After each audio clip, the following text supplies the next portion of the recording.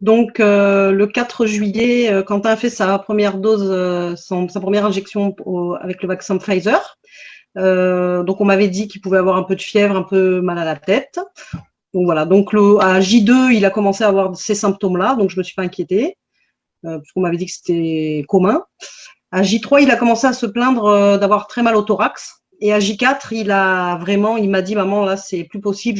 Même avec le Doliprane, tout ça, ça passe pas. J'ai vraiment trop mal. Donc j'ai trouvé ça bizarre quand même, mal au thorax. Donc j'ai regardé sur Internet et je me suis rendu compte qu'il pouvait y avoir des petites anomalies cardiaques, notamment qui pouvaient se révéler après l'injection de ce vaccin. Parce qu'il a, Donc c'est là, une myocardite qu'il a contractée. myocardite, c'est ça. D'accord. Donc c'est-à-dire c'est une inflammation du muscle cardiaque. Après le vaccin Pfizer, a priori. Voilà. J4, oui. Ouais. Ou J4 après. Donc j'ai foncé aux urgences avec mon fils.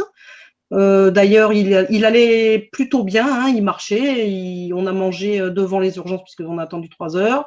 Il était vraiment pas d'ailleurs il était en faible urgence pour eux, donc ils l'ont pris, voilà, après d'autres cas plus graves, enfin ça c'est ce qu'ils croyaient. Et puis quand il est rentré dans ce service d'urgence, quand même, au bout d'un moment, ils l'ont perfusé. Ils se sont rendus compte que les enzymes cardiaques qui normalement sont à 400 chez un être humain qui va bien, là, ils étaient à 29 000. Voilà. Donc, c'est-à-dire qu'il était en détresse cardiaque, en détresse respiratoire, ça je l'ai appris après. Donc, perfusé, et puis directement envoyé en réa. Voilà, Il n'y avait pendant pas 3 d'éléments jours. de comorbidité ou ce genre de truc auparavant. Rien.